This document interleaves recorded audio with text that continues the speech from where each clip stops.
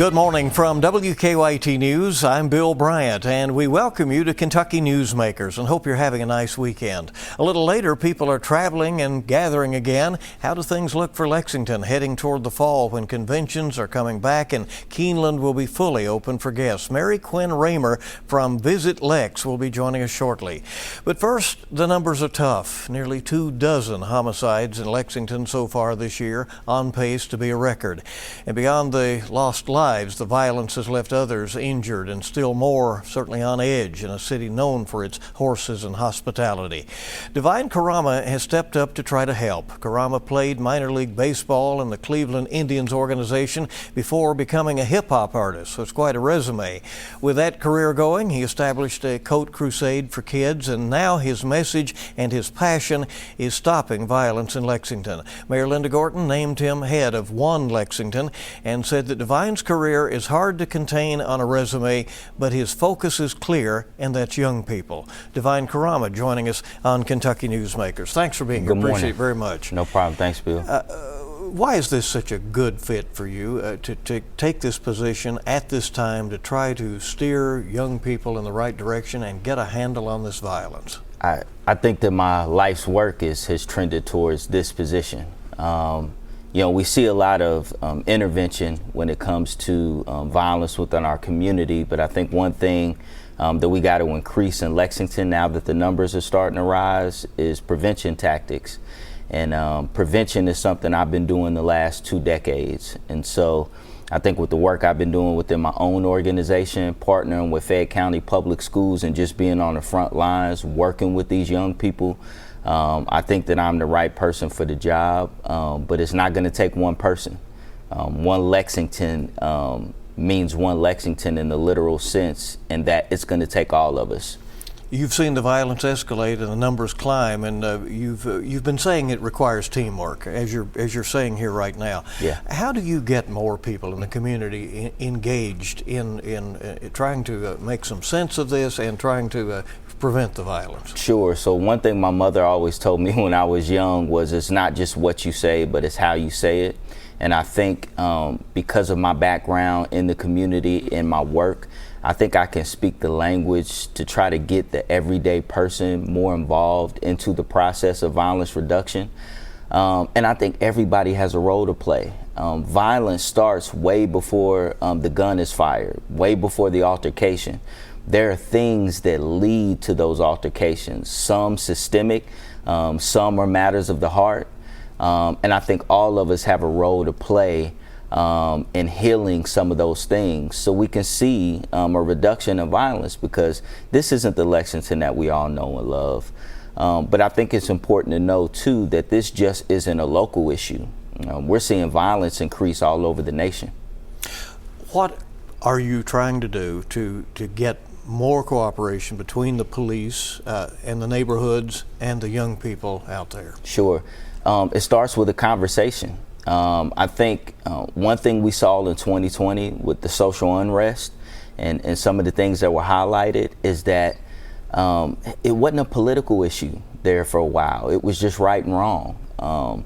Because we were in the middle of a pandemic, all of us had to kind of lean on each other and we had to communicate. And I think you saw some of those divides heal. I think Lexington has a great police department, especially compared to a lot of places I've traveled to.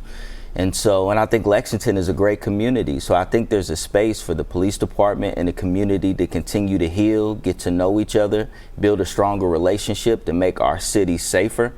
And I think that there's ways that we can do that. I think the police department's been pretty proactive in that, but I think that there's more that they can do. I think there's more that the community can do to heal that divide as well, because it's going to take both. It's going to take our law enforcement, it's going to take our justice system, it's going to take our faith community, community organizers, all to come together.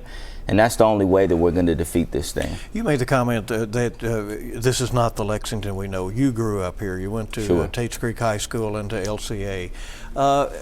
What changed? It's a few things that have changed. I think we've seen an influx of gang activity as we've had people come here from other areas of the country. So we've seen gang activity among youth increase. I think there's some systemic things in regards to housing and other issues. I think this pandemic has a lot to do with it. A lot of our kids, depending on where they lived, lost an entire year of school.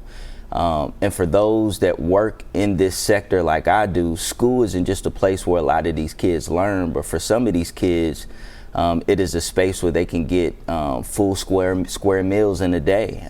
They can receive mental health services and other resources that they may not be able to get at home. And so I think all of that plays a part into where we are.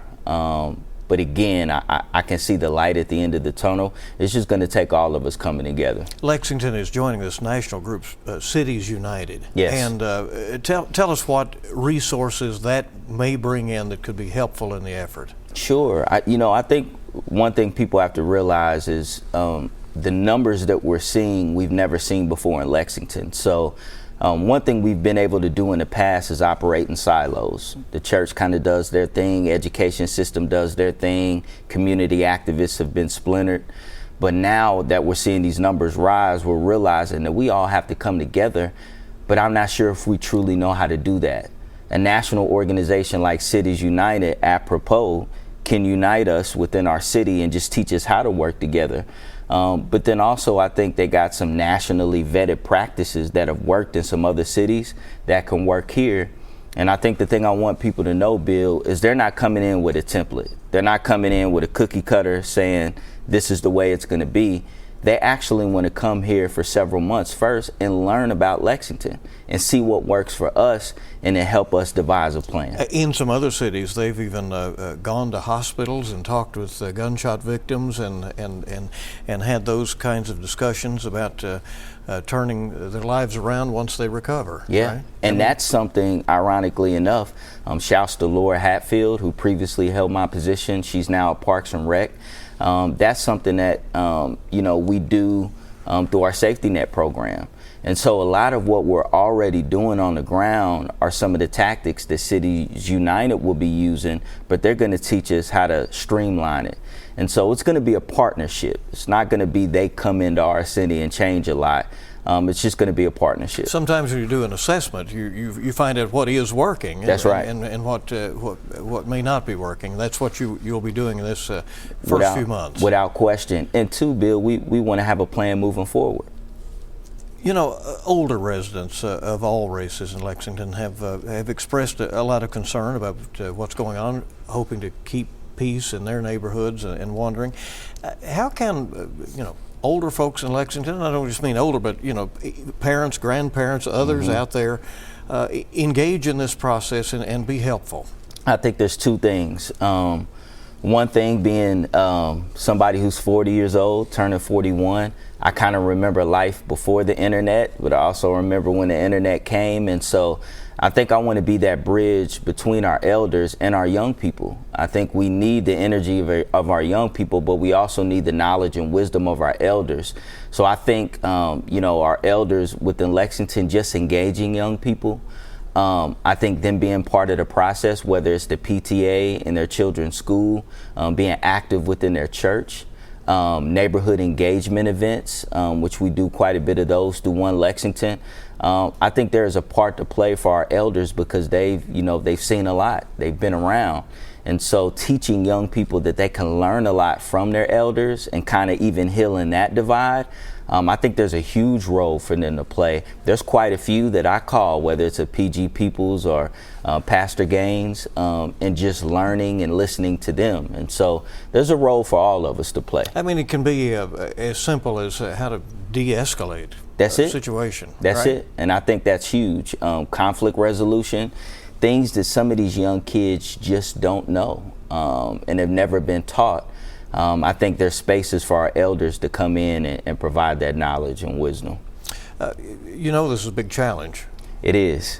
and Yes. do you see it as that there is something by which you will measure success as to how things are going?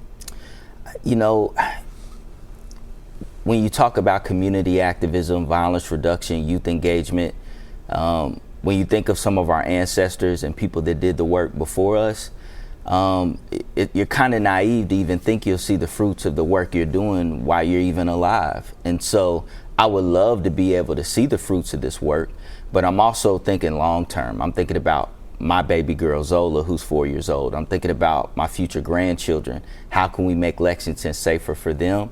And so I don't necessarily have a metric of success, but I'm gonna keep pounding the pavement and keep doing the work. And I do think over time, we're gonna get Lexington, I don't wanna say back to the Lexington that we know, because I think some of the issues that we're seeing have been around a long time, but I wanna see Lexington in its best version. And I think we're gonna get there. You know, there will always be differences. Certainly, there are always political differences. There are different people want to approach things in a different way. So your challenge, it appears, is to try to get as many people who agree on this subject, that there needs to be a better path forward for young folks. To get together on that and try to have some kind of a common ground that can move the city. That's it.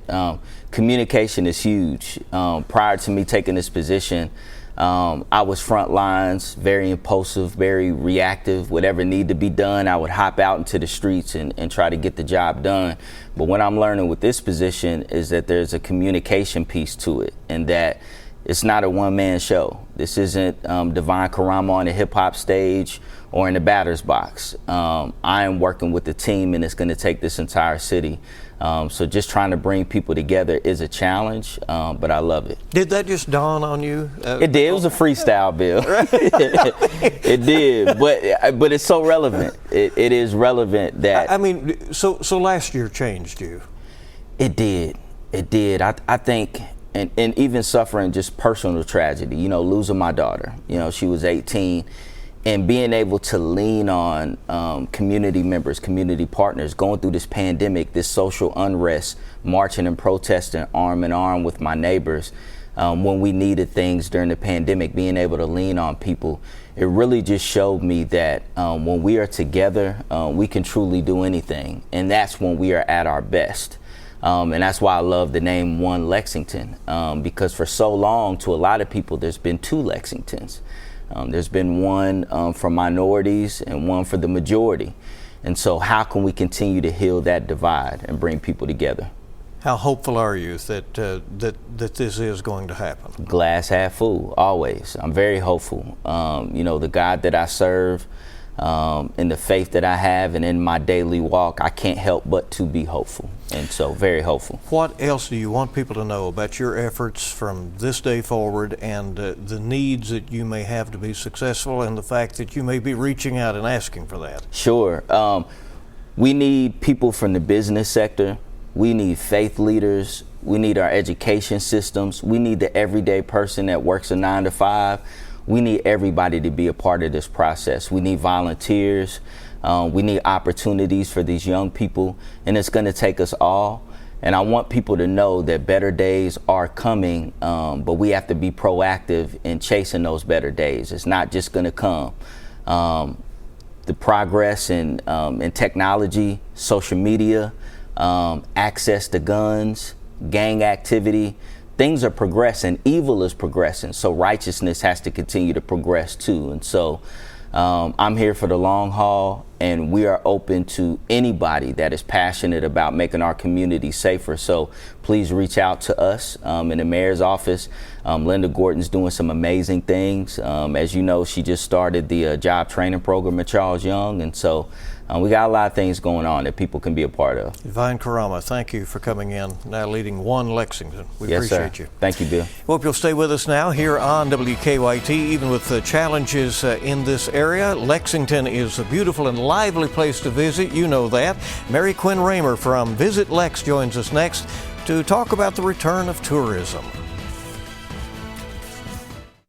Welcome back to Kentucky Newsmakers from WKYT. We've talked about one of Lexington's biggest challenges. Now we're shifting to take some measure of what people love about the heart of the bluegrass. The pandemic canceled conventions. It forced restaurant goers to do carry out and kept all of us masked up until vaccines started getting things under control. How quickly will things, though, roar back? Mary Quinn Raymer is joining us from Visit Lex, and we're going to ask her about that. Thanks for coming in. Appreciate it very much. Thank you. So, now that things are opening back up and Lexington can put itself on full display once again, how are things looking as we head through the summer and toward the fall?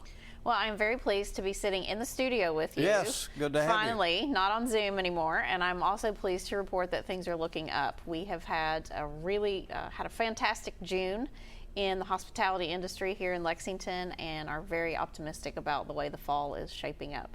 You said in June you had a lot of hotel visits, right? We did. We hosted our first large-scale convention since prior to the pandemic. We had at the end of June about 2,600 attendees. They were in for the Lutheran Women's Mission Conference, and they were actually the first group to meet in the newly expanded exhibit hall and use some of the breakout rooms at the Central Bank Center. So we've got phase 2 under construction. That will be finished in the first part of 2022, but we're so thrilled that part of that facility is open for business, and we're welcoming people from all across the country. So how much, with the customers coming back, how much difficulty are some of the venues having with workforce right now? We continue to hear that it is difficult for restaurants and others to get a reliable staff at the moment. Very much so. I think we're hearing across all different types of industries that workforce is an issue, and we certainly are not, we're certainly dealing with many of those same challenges in the hospitality space. Thankfully, we've seen a little bit of uptick in employment in the hospitality numbers over the last 4 to 6 weeks, and so I think we're trending in the right direction. I hope that will continue to be the case. It's good for me to see a lot of familiar faces because, of course, I eat out a lot. I joke that it's my hobby, and it's nice for me to see some of these familiar faces back in these restaurants. So I think we're getting there, just slowly but surely. Is the tourism and convention sector of the economy going to pick up where things left off in March of last year, or is this going to be a gradual build back? So I think it's a little bit of both. I think that we will start to see the fall look much more like a normal year for us. But I think it's going to take some time, well into 2022, for our hotel rates to recover. You can't just go from charging someone $89 a night to flipping a switch and charging them $169 a night. You have to grow that rate back incrementally. And so for us, we won't declare it a total recovery until we get right back to where we were prior to the pandemic. But in terms of people and welcoming folks into the city, I think you'll start to see that feel much more normal. There is some major news out of Keeneland, which is such a draw in central Kentucky. One is the Railbird Music Festival, and then one is the fall meet in October, where they're going to have, it's going to be back to normal. Absolutely. That was fantastic news yesterday. Everyone in our office let out a collective cheer when we got that notice from the Keeneland team. Really excited about the fall. If Railbird is any indication of pent-up demand, then we are going to have record numbers of attendees at Keeneland this fall. So Railbird's the last weekend in August, and as a matter of fact, we've sold nearly 27,000 tickets to date. This is more than double what we sold in our inaugural year in 2019. Let me hear that number again. What? 27,000. To Railbird already? To Railbird already. And we still have a few tickets to sell, and we're going to have a fantastic weekend of music and entertainment and all things equine and bourbon. So, and also what's fantastic about it is we've sold tickets to nearly every state in this country. So we have people coming in, East Coast, West Coast, as far as Alaska. It's fantastic. So you sell the tickets, but talk about those who take advantage of the crowd, both at Railbird and then when Keeneland is rolling normally. Yes, well, obviously, we're very proud of what we have to offer from a visitor experience, and part of what makes that happen is just all the wonderful attractions, restaurants, bars, live entertainment venues that we have, and so we expect these people to be rolling out the blue carpet, as we say here in Lexington, and giving people fantastic experiences. We are really well known for our hospitality. I think that we have a certain brand of it that even exceeds your typical Southern hospitality, and part of that's just because the locals are so proud and so happy to share this hometown with guests, and so I think it's going to be a great fall for our hospitality partners. Is that part of your pitch to conventions when they think about coming to Lexington? Of course. We tell them, of course, that we have a beautiful city, that we're safe, that we've got a really walkable downtown, and then, of course, we close with telling them that we're the nicest people that they'll ever meet. So.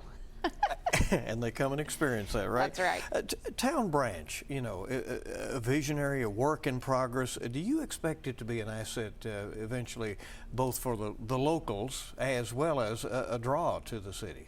Without a doubt. I think it's spectacular. So you can actually see quite a bit of the work that is part of the Town Branch Commons through downtown already complete. And you can really begin to see how this linear park, these pocket parks throughout downtown, are going to give people walking in downtown, driving in downtown, a much more pleasant experience. And then I think as far as Town Branch Park goes, it's just going to be a tremendous asset, almost like the living room to our city, and a welcome invitation for folks that are here locally, a great gathering place. You know, a park has a way of bringing people together from all different walks of life, and I think there's an opportunity with the convention center to obviously use the park as an extension, an outdoor extension of that facility. So it'll be great for our guests as well. Who does Lexington market to? You know, when you're out, from tourism and a convention standpoint, who wants to come here? Well, of course, I would say that we market to anyone and everyone, right? Of course, we welcome folks from all walks of life. Of course, there are some things that are just naturals for Lexington, so we definitely talk to equine enthusiasts. Between the horse park and Keeneland, we've got all kinds of folks with the love of the horse that are just, you know, as happy as could be here in town. Clearly, the Kentucky Bourbon Trail has been on an upward trajectory for the last 15 years. We do not see that slowing down anytime soon. So we talk to bourbon enthusiasts. We have a really strong regional drive market in terms of people coming to visit. So we talk, you know, folks in Illinois, Indiana, Michigan. We get a really good travel pattern from folks coming from those states. In the convention business, it depends. It's a little bit different. We obviously are looking for groups that need the type of space that we have to offer. So I'm very pleased to say that with this new expansion, we are going to be able to recruit up to about 90% of that national meeting business, which just puts us in a completely different level of competition. And so very excited about the new groups that we'll be able to host here. And you'll still have the statewide associations that like to have their annual trip to Lexington, right? Of course. Right? We have to take good care of our Kentucky folks first. So, what could the area do better in terms of marketing? And I guess when I say there, should there maybe be a more regional approach to tourism, do you think? So I know this much. The visitors do not know where our county lines are, and they don't care about the county lines. If you think about when you're out on the road, you're just looking for what you can do in the area. And so I am very pleased that I have a good working relationship with my colleagues in the contiguous counties. We get together once a month. We do try to share as much as we can collaboratively in that marketing approach.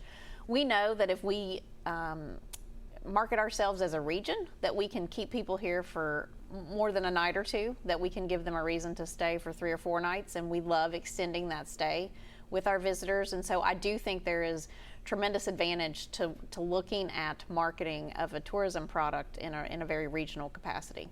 Mary Quinn Raymer, thank you. We appreciate you very much coming. 27,000 tickets at Railbird. That's still You better get yours if you want to get them before they're totally sold out. All It's right. Great news. Thank you so much for coming. Thank you for having me. And we hope you'll stay with us. We will be right back on Kentucky Newsmakers.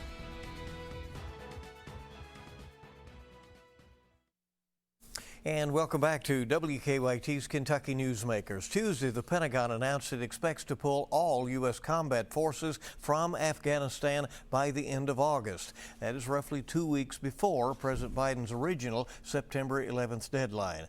But the violence is still raging there. Our chief national political analyst, Greta Van Susteren, explains. Hello, I'm Greta Van Susteren, and here is your full court fast break. The U.S. troop withdrawal from Afghanistan, 90% complete, but the region growing more and more unstable. The Taliban ramping up its offensive, ambushing provincial capitals, seizing control of more than 100 districts. Over the last few months, tens of thousands of families have been forced to flee. Hundreds of Afghan soldiers have surrendered weapons and territory. And last Sunday, more than 1,000 Afghan troops retreated across the northeast border to Tajikistan. Now Tajikistan is mobilizing 20,000 military reservists to stabilize its border. Russia says it will get involved if necessary, and several countries are closing their consulates in Afghanistan or reducing their services. This week, Iran hosted the first high-level Afghan-Taliban peace talks in months. According to Reuters, the Taliban plans to present a written peace proposal as soon as next month. State Department spokesperson Ned Price spoke on the situation earlier this week.